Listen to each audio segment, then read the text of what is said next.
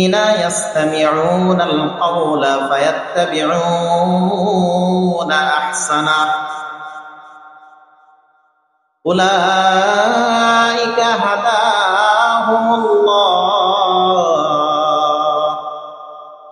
وأولئك هم المفلحون রব্বুল আলামিন আমাদেরকে ডাক দিয়ে বলতেছেন, ও আমার বান্দারা, তোমাদের মধ্য থেকে যাদের কথা এমন, যারা বলে আল্লাহ হেদায়েত দিলে নামাজ পড়বো, আল্লাহ হেদায়েত দিলে সুদ খাওয়া ছাড়বো, আল্লাহ হেদায়েত দিলে ভালো হয়ে যাইব, এই জাতীয় কথাবার্তা যারা বলে, রব্বুল আলামিন বলেন তাদের কথা ঠিক না। আল্লাহ তাবারক ওয়া তাআলা বলে, আল্লাযীনা ইস্তামিউনাল কাওলা ফায়াত্তাবিউনা আহসানা। আল্লাহ হেদায়েত দেওয়ার জন্য দুইটা জিনিস শর্ত রেখে দিয়েছেন। কয়টা জিনিস? দুইটা জিনিস শর্ত রেখে দিয়েছেন। এক নাম্বার শর্ত হলো রব্বুল আলামিন বলেন, আল্লাযীনা ইস্তামিউনাল কাওলা, যারা অন্তরের কান দিয়ে, মনের কান দিয়ে কোরআন হাদিসের আলোচনা শুনবে, ইসলামের আলোচনা শুনবে। দ্বিতীয় শর্ত হইল ফায়াত্তাবিউনা আহসানা, শোনার পর মানা করা, সুমান্য করতে শুরু করে দিবে, শুনে কাজে লাগে যাইবে। এক নম্বর শর্ত, কোরআন হাদিস শুনতে হবে। কোরআন হাদিসে আল্লাহ কি বলছে, হাদিসে রাসূল কি বলছে, এগুলো আলেমের মুখ থেকে নিজ কান দ্বারা শুনতে হবে, অথবা বই পড়ে জানতে হবে। দ্বিতীয় পর্যায়ে হইল জানার পরে মানতে হবে।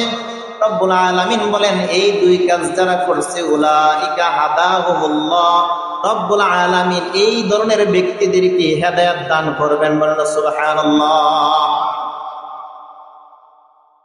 তাহলে খুব বড় শর্ত না দুইটা শর্ত? দুইটা শর্ত ছোট ছোট। এক, আলোচনা শুনবো। দ্বিতীয়, শোনার পরে মানার চেষ্টা করব। আল্লাহ তাআলা কি দিয়ে দিবে? হেদায়েত দিয়ে দিবে। তখন হেদায়েত আসবে। আমি মানবো না, শুনবো না, আর আল্লাহ হেদায়েত দিলে নামাজ পড়বো, ভালো হয়ে যাবো। আল্লাহ বলেন কি না, এটা না। এমনি এমনিতে কোনো জিনিস পাওয়া যায় না, এমনি এমনিতে পাওয়া যায় মুফত কোনো জিনিস পাওয়া। রব্বুল আলামিন আর একটু আগে বলতেছেন, উলাইকা হুমুল মুফলিহুন, রব্বুল আলামিন যাকে হেদায়েত দিবেন সে সফল কাম হয়ে যাবে। আল্লাহ যাকে হেদায়েত দিবেন সে কি হয়ে যাবে? সফল কাম। মানে সফল কামের অর্থ হইল তার মৃত্যুর সময় কালিমা নসিব হবে, কালিমা পড়তে পড়তে মারা যাবে। সফল কাম মানে কবরে যাবে, ফেরেশতার সওয়াল জবাবের উত্তর দিয়ে দেবে, আল্লাহ তাবারক ওয়া তাআলা স্মরণ করায়া দিবে। সফল কাম মানে কাল কিয়ামতের ময়দানে যখন দাঁড়াবে, ডান হাতে আমলনামা আসবে। সফল কাম মানে সে জান্নাতি ব্যক্তিদের ডানপন্থীদের অন্তর্ভুক্ত হবে। সফল কাম মানে সে পুলসিরাত বিজলির আকারে পার হয়ে যাবে। সফল কাম মানে আল্লাহ তাবারক ওয়া তাআলা তার হিসাব সহজ করে জান্নাতে প্রবেশ করে আসবে। এই হলো সফল কাম। তাহলে হেদায়েত আসার জন্য কয়টা জিনিসের কথা বললাম? জানতে হবে বলছে।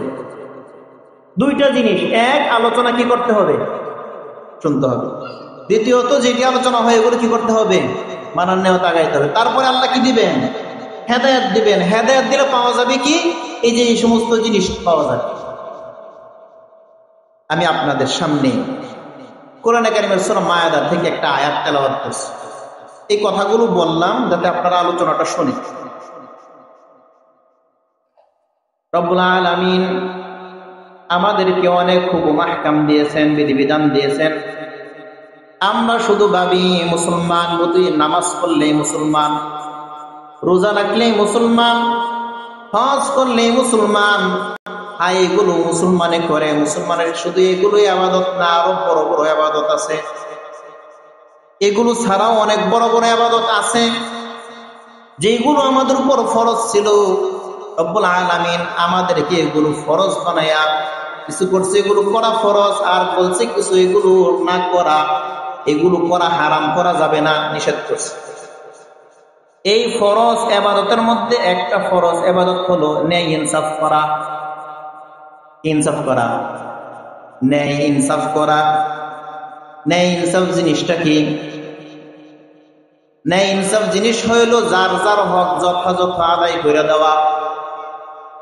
কাল কিয়ামতের ময়দানে বান্দা যখন আল্লাহ তাআলার সামনে দাঁড়াবে, এমনও বান্দা হবে যে আমলের পাহাড় নিয়ে আল্লাহ তাআলার সামনে উঠে দাঁড়াবে, কিন্তু শেষ পর্যায়ে এমন হবে যে তার আমল শেষ হইতে হইতে এক কারি কোনা একটা আমল থাকবে না।